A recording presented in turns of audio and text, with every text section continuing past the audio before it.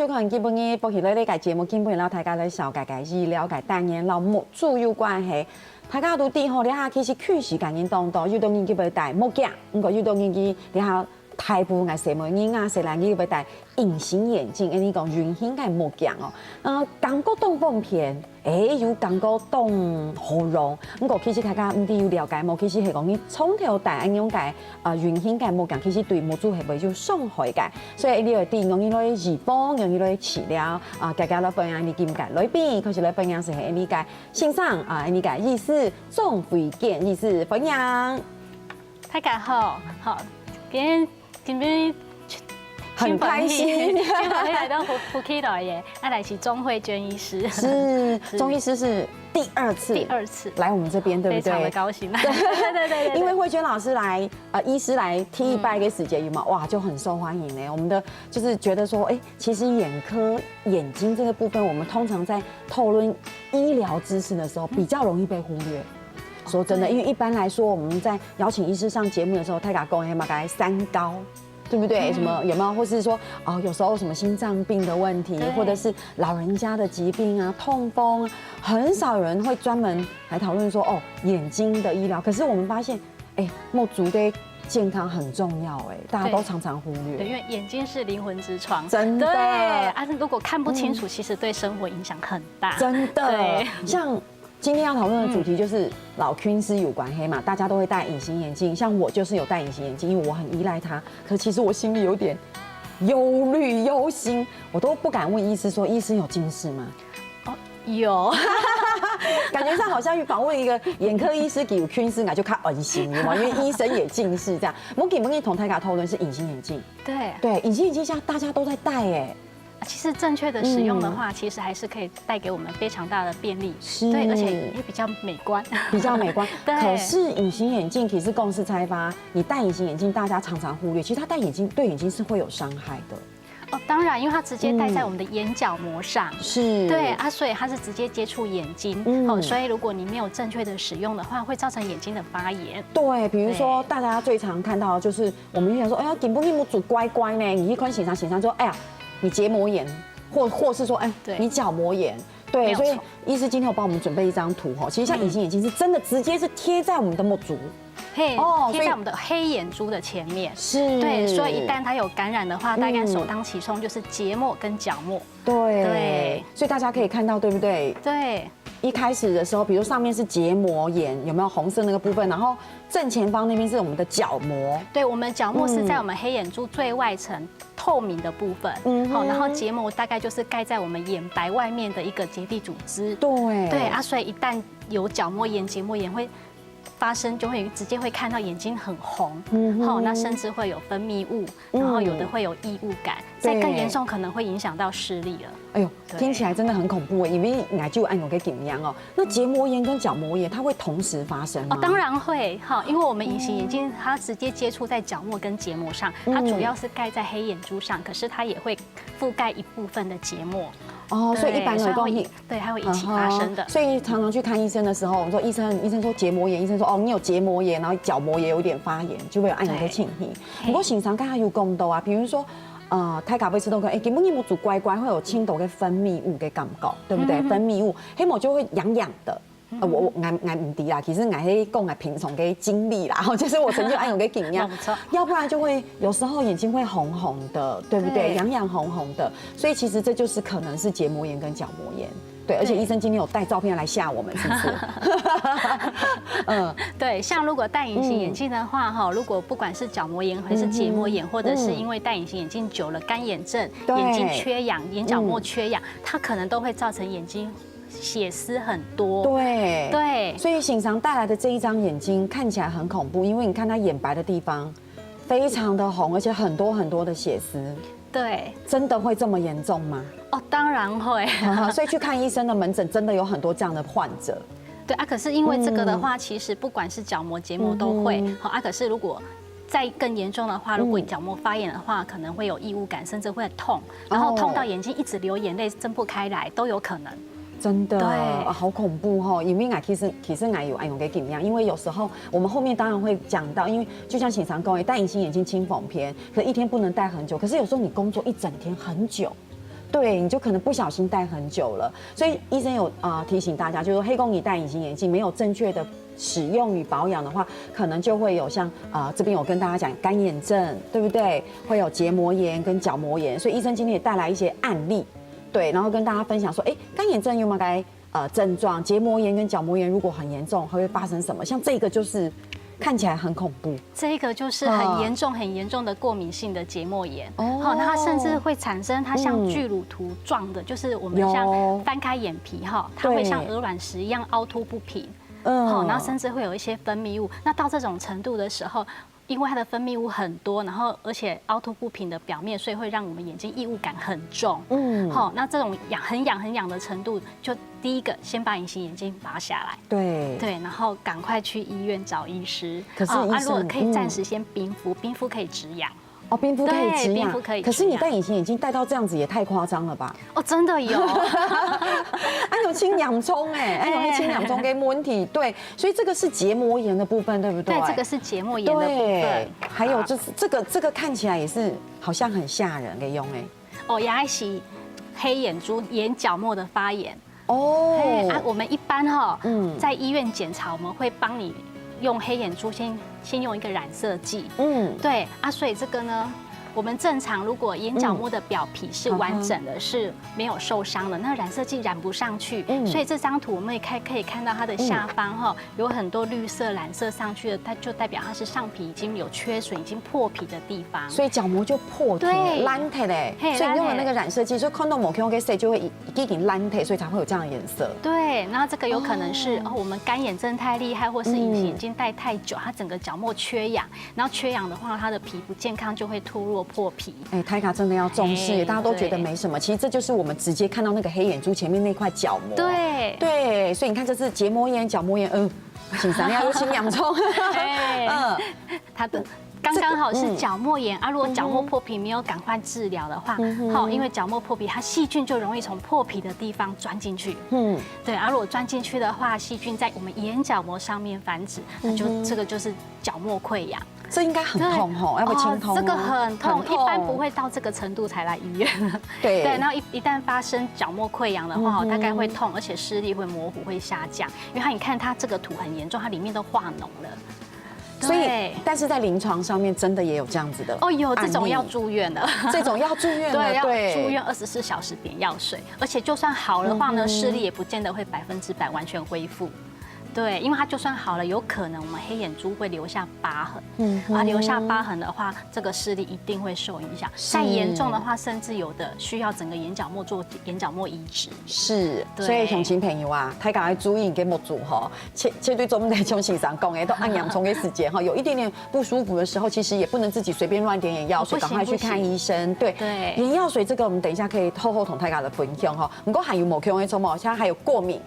对不对？还有，平常待了给还有，你看一个是结膜炎、角膜炎，这是溃疡。对，那平常那一张是这张看起来也是好像清洋葱给这张，好，这一张是我们如果有这张是结膜的结石就是我们如果戴隐形眼镜的人很常干眼症，然后又慢性结膜炎、过敏性结膜炎合并发生。那因为它泪水不够，所以它有时候这些慢性的发炎反应就会有一些沉积物，然后产生一些小白白的在一些结膜上。有，泰卡有看到泰卡有看到形常给土，有没有下面那个有一点点白白的？这边其实那是结石。对。像这种的话，你就会觉得人家说我们眼睛很敏感，容不下一粒沙。对你看这个那么多沙子在里面，你就会觉得，整天怎么都是眼睛都渣渣的，觉得里面一直有东西可是点药水怎么点就是冲不出来。那怎么办？如果去看医生，这个石头要怎么弄掉？像如果这个真的很刺、很不舒服的话，我们会用最细的针头，在无菌的状态之下帮你把它挑出来。会很痛吗？不会，我们会点麻药。对，这个其实真的。我其实不好意思跟医生讲，其实我年轻的时候，脱除给时间有按有给经验，不过唔会按洋葱就会爱去看医生。给醒常，就会吃都有一些乖，就会看医生。醒常说，你眼睛结石。我那时候很年轻还不懂事，我说我眼睛结石，一般老公都是那个胆结石、肾结石，结果你给我足结石。他说不过就只有1颗。对他就有帮我挑掉这样子。那后来当然就是有经过治疗就后我说要看多的时间，我还是觉得清氧虫，因为这结石是很严重的部分。对，然后一般我们不会全挑，就是它有突出表面有刮到眼睛造成异物感的，我们才会挑。那没有挑起来，它会自己好吗？哦，不会，它会永远一直在那边啊。这个不是挑完就没事，还是要治疗，不然它会一直长。哦。对，还会一直长，对，所以其实简单讲起来，就是你吃了够后，你还是要有一定的保养嘛，对不对？是哈，所以乡亲朋友哈，根本线上讲的是，你可能带无讲抽心改一定冇注改问题，是讲养虫是上刚下看到的情形哦。不过还有动到改保健改地穴，然后大家都分享，大家聊下，等下就转来。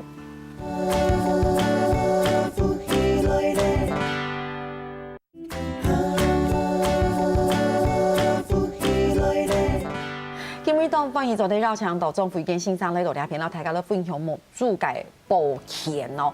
其实师兄大家讲诶，刚刚大家讲的就是戴隐形眼镜清理片有冇清奖，所以我也有讲过，哎呦比较漂亮，然后也很方便。可是事实上，如果没有好好保养给法后，很有可能就会引起像刚才老师拿那个欣赏拿那个很多图片哈。来吓我们，其实也不是吓我们，是真的会这样，真的会这样。所以其实大家真的要注意，不要让它后来变得很严重。就像有时候我们看报纸给时间有冇？大概一三年去看线上，因为莫足有清氧虫的问题，一摸一下什么1个礼拜没播隐形眼镜，真的会有这样的例子。这个很少见，然后对我们一般会建议8小时就要拿下来。如果你戴过夜的话，它角膜感染的危险性可能会比一般人会增高将近15倍，所以真的不能这样，真的不能带着睡。所以有时候晚上还跟同台卡出去撩给时间哈，玩到很晚又开 party 啊，又开舞会给时间，还是要记得播隐形眼镜睡梦。没错，要先播了才能睡。真停。不过说到这边，刚刚医生讲说，其实隐形眼镜要戴8小时。对，那医师曾经福用过有一个案例是，有时候干眼症很干，隐形眼镜会播不下来。哦，对，隐形眼镜太干的时候，它会像我们尤其是软式隐形眼镜，它就会像吸盘一样吸住你的整个眼睛。啊，这个时候如果你硬拨的话，有可能整片眼角膜的皮可能就跟着下来。对，而且我们有时候门诊会常常看到，或是急诊，会是因为干到拔不下来眼科拔的。那像这种会给个建议，就是可能先点一滴人工泪液。好，如果人工泪液会比较好，如果真的没有的话，无菌的生理食盐水让它稍微润滑一下，再试着拔下来。是，而且显常有提到说，其实有一些人拔不好，结果隐形眼镜还碎掉，对不对？会有碎片掉在里面。对，有的时候它可能太干了，太干的话，有的时候硬拔，然后可能碎了3、4片，然后有的有出来，有的就卡在眼睛里面了，尤其是卡在上眼皮哦。那像这种你怎么冲都冲不下来，就还是得要来眼科。对，然后还有譬如说有的啦，明明它是日抛。可是他舍不得丢，日抛他用了好几天，如果你没有按照它正确使用方法，它的眼睛材质会变差，会容易变形。那这个时候去拔它，也会容易造成镜片的碎裂。所以真的这个东西不能节省，没错，除非灵魂之窗，日抛就日抛，周抛就周抛，对，不能想说，哎，我为了省钱有没有日抛我戴2天，对不对？或戴3天。好，结果可能就材质会变质，对甚至容易感染。是，不过刚医生讲就是说，如果说眼睛觉得很干的时候，干眼症拔不下来，或是平常有时候整个白天，可能在8小时之内还是觉得很干跟时间有没有？还是可以点人工泪液。对，人工泪液会有规定1天要点几次的限制吗？我们基本上戴着隐形眼镜不能点有防腐剂的人工泪液。对，那买的时候它上面会写说本眼药水含防腐剂，你不会按有效。你如果在诊所拿的那1瓶都可以点1个月的，那个都是有防腐剂的。对，然后没有防腐剂的呢，大概长的是像这样1天1小支。这是人工泪液，这是人工泪液。它就会1天1小支1个包装，然后当天开了就要丢掉，就是不能节省。对，不能节省。然后像这种没有防腐剂的，才可以戴着隐形眼镜的时候点。因为很干嘛，就跟显常跟我，因为拿牙齿都很不舒服，我牙齿都很干的时间，我就可以立刻点个1滴，没有含防腐剂的，它就可以点，但是也不要一直点，对不对？没错，如果你是一直点的话，需要一直点的人，就代表你真的太干了，不适合戴隐形眼镜。是，那我们现场有带来，像刚刚醒常分享给小小的是一个1天的，对不对？对，1天的。那像旁边还有1瓶，这个很常见。这个是大瓶的是生理食盐水哈，对，小瓶的也是生理食盐水。是。那其实我们会建议，当然是小瓶的比较好哈，就当天开完就丢，因为有些人他可能不常戴，所以1瓶可能用了1-2个月。就我啊，就来哦，你们也专业要把它丢掉了，是不是太久了？其实如果放太久，它还是有可能会有感染的危险。对啊，如果不常戴的人，最好就是这样单次包装的会比较好。单次包装的比较好。然后生理食盐水它只是暂时用的哦，不是拿来保存隐形眼镜的哦。对，所以其实还是要用一定要保存眼镜的药水，特别来注意哈。所以这个是人工泪液的部分。我们各位鸦片泰嘎还没闻，有很多人他们在出国旅行的时节，比如泰嘎清旅行日本的时节，就会买很多的眼药水，对不对？对，然后我就问醒常跟我醒常，你日本了的时节有没有买眼药水？醒常就说哦，很可爱，医生真的很可爱。医生说我看不懂日文，所以我不敢乱买。所以我们买眼药水要特别注意上面的成分，对不对？对。可是日文我们一般看不懂，可是如果它标榜像比如说点了就马上不红的，好，通常有可能我们担心的是含有类固醇，好，或者是含有血管收缩剂，好，那种一点的话，你眼睛马上就不红了。好，那隐形眼镜的人要小心，假设他已经有角膜感染的话，你点到类固醇，有可能会让感染更严重。对啊，所以像外面如果你看不懂成分的眼药水呢，当然不要买会比较好。好啊，可是你眼睛没有不舒服的话，偶尔点个1-2次还可以。啊，有不舒服就马上不要点。所以说有时候泰嘎去日本了解时间有没有，就会泰嘎去买青豆跟眼药水，有一些药水还蛮有名的那一种，所以。我们不要说不能使用啦，就是我们也建议大家不要固定习惯依赖安永给眼药水，同吗？如果有任何不舒服，赶快去医院看。那当然，如果要比较没有危险的话，当然就是买单纯的人工泪液，可能就比较安全。单纯的人工泪液，对。当然有时候黑工你还是不安心的时间，其实真的很重要。你走得去眼科医师那边，对不对？那边如果那边拿的是没有防腐剂，看安心。好，按用要走得好，对不对？我们一般健保都是有防腐剂的。那请问都去哪边买到没有防腐剂的？其实医院诊所也有没有防腐剂，可是没有防腐剂有可能需要自费。好，那其实像没有防腐剂，像这样一支一支人工泪液，其实在药局啊、药妆店啊，应该都有的卖，甚至眼镜行也会有。是，不过平常其实跟大家分享很多太大的注意哦，像眼药水，你可以买到就是都得清流给用，然后像先从带了一个生理食盐水，很要注意，没讲哇打开来哇我省用，我就盖起来2个月都不换，其实也是不可以的。对，其实说实在的，跟吃饭一样嘛，很多东西摆久了，饭菜摆久它就会腐化嘛。对，所以真的眼睛要特别的注意。不过都戴干眼症，其实除了其实干眼症就像醒常工业人工泪液，所以平常还有什么特别可以去预防或治疗吗？平松是，就注意。保健就可以了，对不对？对。然后我刚刚有讲到8小时，可是如果干眼症很厉害的人哈，可能就没有办法戴到8小时，所以不是每个人都可以戴到8小时。对。然后像我们隐形眼镜的话，如果真的干眼症很厉害的人，现在隐形眼镜的材质也有差，要选透氧度比较高的。是。对。所以共同鸦片我们先赶快来教大家一下，如果黑公天师给前面给朋友你有戴隐形眼镜你就特别注意。黑公阿公阿婆会讲，我现在没有戴隐形眼镜来戴目镜，不过黑公你给摸呀、拉呀、孙女啊什么的，孙子有戴隐形眼镜，你可以提醒他们，所以我们这边来简单讲一下，其实隐形眼镜有清洗步骤，很重要。我认真看了一下，我以前一口气戴个时间真的很重视，你给我压哈我有一点偷懒。对，第一个。手要洗干净，不是自来水冲一冲就好哦，请用有杀菌功能的洗手液。好，手要先清洁干净。很好，第一个我打叉，我没做到。好，第二个，然后第二个呢，就是我们隐形眼镜呢要放在手掌心上，然后滴清洁的眼药水哈，然后它搓洗的时候呢是要单一方向，你要可以画十字，好，或者是。用放射状的从中心往外面搓哦，真的吗？对，好不要来回搓，来回搓的话，这个隐形眼镜有可能就变形了，或被你戳破都有可能。所以只能往同一个方向，对，往同一个方向，不要来回搓。好，然后在洗完了之后呢，再用无菌的生理食盐水把上面的清洁液清干净。对，那像有一些保养液，它可能会标榜说，不用不用再清洗了，是好，可以直接戴。可是我是不建议，好，如果容易过敏的人，我会建议还是把保养液、好清洁液冲干净之后再戴会比较好。是，对，所以其实用亲朋友其实这么简单的步骤，说实在，大家走的因为动难，就是看你有没有注重，有时候会因为懒惰。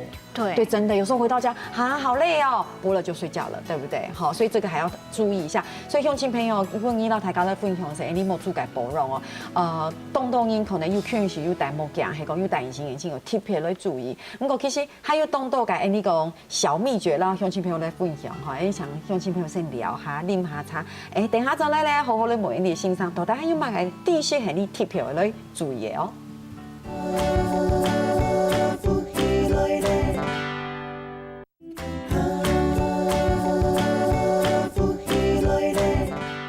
强到政府跟线上嚟到節目啲度啦，大家咧分享係講要戴原型墨鏡嘅朋友特別注意哦。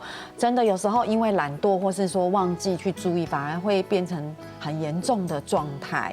對，所以前一段節目啦，大家咧分享嘅就是清洗隱形眼鏡的步驟，其實很簡單，但是就是要確實。對，不過杜亞片有一個問題一定要問先生，就係亞嘅後生人哦，很喜歡戴。眼睛看起来不灵清，它给瞳孔放大片，那个是什么东西？瞳孔放大片，它是上面有一圈色素，让你的瞳孔会变色，而且会看起来眼睛比较大。对，可是瞳孔放大片，它的面积会比我们传统一般的隐形眼镜面积还要大。然后覆盖面积大了，当然会比较容易造成眼角膜缺氧。眼角膜，它等于是整个盖在角膜上面，对不对？对。而且是不是瞳孔放大片也有度数？当然有。对，而且瞳孔放大，它为了中间要夹一层色素，对所以它的透氧度会比一般的稍微低一点点。是，对。而且现在亚哈给瞳孔放大片轻流行哦，它还有分很多不同的类型，有些是没有度数的，因为有青头跟 Simon 可能没有菌丝，但它就为了眼睛要看起来很大，它就会去戴瞳孔放大片。像那个就是完全没有度数的瞳孔放大片，就是为了美容用的。是，所以。其实黑狗真型来问医生，医生应该也没有很建议戴，对不对？当然不建议，因为它的面积大的话，会造成缺氧跟感染危险性比较大。是，对。你想想看哦，秋矮有菌丝，有戴隐形眼镜真型黑某发秃啊！我现在很后悔我菌丝，我以前年纪轻轻的时间，觉得说好像那个戴眼镜看起来很酷。因为我好像很会读书，有没有？然后就哎呀，我近视嘞，妈妈我要配眼镜，好像戴一个眼镜好像很厉害的样子，有没有？后来长大之后非常的后悔，没有好好的保养。对，那现在有很多的CMO 也可能会知道，因为要漂亮还去戴那个瞳孔放大片的隐形眼镜，其实医生是真的不建议。因为有可能会间接或直接就伤害了角膜。对，如果要戴的话，可能特殊的时间戴哈，不需要每天都戴。对，特殊时间戴一下。为了拍照啊，拍照那现在那个相机的功能没清楚哈，还是你知道现在那个相机功能很多。对，你戴上去的时候还可以把你的眼睛放大，我觉得那个也不错。那就不用戴瞳孔放大片。有清后，不过这个是瞳孔放大片哈。那刚才有问医师，就是说我们在清洗的步骤有一个动作也要特别帮观众朋友问，就是有一种东西，因为洗才有共动嘛，你可以滴清洁液。那有一些人他可能很懒，直接用保养液泡着。不过更注重的人，他会用一种就是像去蛋白，对，那个是怎么样？因为很多那个眼科的那个醒长微共、压黑共、隐形眼镜的调咖微共，他说，你滴某里面那么足会流眼泪啊，都有那个蛋白，所以你要去蛋白。这样对吗？我们泪液里面本身就会有一些脂质、一些免疫球蛋白哈，然后而且我们接触外界的时候，它有时候会分泌一些，所以它有的时候这些蛋白就会吸附在隐形眼镜上。对啊，所以我们一定要固定去蛋白，要不然我们隐形眼镜上卡了很多蛋白质，会造成眼睛容易发炎，而且它的透氧度也会降低。是，对，所以其实还是去蛋白，一定要去蛋白可以自己做，对不对？去蛋白外面市面上有很多可以去蛋白的，譬如说酵素啊，那药剂去蛋白点，那个都可以自己做，所以可是一定要定期做。一定要定期做哈。那醒常你有戴隐形眼镜吗？有，可是我都戴日抛因为我懒得清洁。是，对，如果觉得清洁太麻烦的人，而且又容易眼睛过敏的人，其实是比较建议戴日抛。是，对，这样我们就完全不用考虑到去蛋白这个问题。所以如果你没戴隐形眼镜，你会不会比如说就像醒常工业8小时，那你是不是那种就是比如8小时之内，就是你尽量减少，可以的话你就戴眼镜。对，像我的话，我平常都戴眼镜，就是有特殊场合，譬如说，要来上节目或者是运动，我们戴个2个小时、3个小时是没有关系的。我真的觉得周医师真的很保护自己的眼睛哎，难怪是眼科医师，因为真的其实真的自己连医师自己都这样做的时候，就知道隐形眼镜其实真的有可能带来蛮大的伤害。对哈，不过说到这边哈，在最后一个问题就是隐形眼镜的盒子。有时候大家会觉得哦，我要那个好可爱的盒子哦，哇，又有图案又有颜色，而且一用很久，其实这样也不可以啊。当然不行，我们隐形眼镜上面它容易有很多细菌吸附，所以隐形眼镜要定期清洁，而且不可以放在浴室。一定要风干。你如果没有风干，放在浴室潮湿的环境，其实它很容易有细菌、霉菌，整个都附着在上面，那就是一个感染的来源。基本你讲的哈，黑公你用打勾跟打叉，我觉得可能10个里面有9个打叉。我真的是把隐形眼镜放在浴室，因为方便啊。你洗脸的时候，你顺便洗手，洗手洗脸的时候播隐形眼镜就在浴室里面。这样不行，会建议可能你要2、3个盒子可能交替，然后定期就要更换。对，好，2、3个盒子交替，这一点我有做到。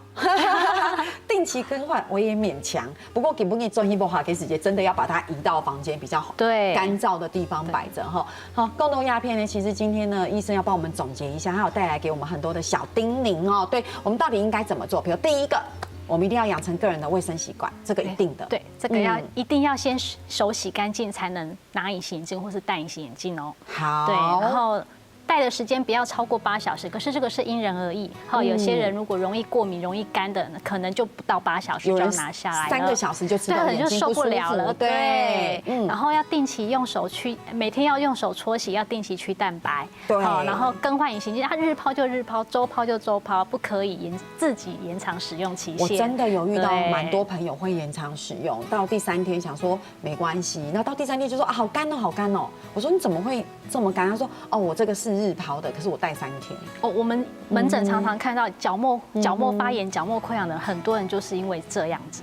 对，真的这个好重要。对不对？你说卫生习惯大家是常识，可是有些人我觉得日抛跟周抛真的大家要确实执行。没错。然后隐形眼镜呢，戴的时候千万不要点眼药水，只能戴没有防腐剂的哦。好，我戴的隐形眼镜有没有点过药水？有。所以要注意，然后真的要点的话呢，就点人工泪液，然后不要有防腐剂的。对，要真点黑青葱油。然后不可以用自来水清洗哦，因为我们自来水里面有阿米巴原虫，如果你用自来水清洗，有可能会造成阿米巴原虫的角膜感染。而且阿米巴原虫很难杀哦，这个大概到最后失明的几率还蛮高的。所以大家真的要注意哦，因为醒常共这样到最后失明几率很高，很重要。对，好，第7个，我觉得这个也是一定要提醒大家。对，因为像戴隐形眼镜游泳，我们游泳池一样，它也是属于自来水的一种。对，不要以为戴着蛙镜就没事，它有时候还是不小心会渗进去。你看，像讲到第7点哈，我大概就有3点犯规。我也曾经戴隐形眼镜游泳，所以我现在怎么办？你知道吗？我就不要游泳。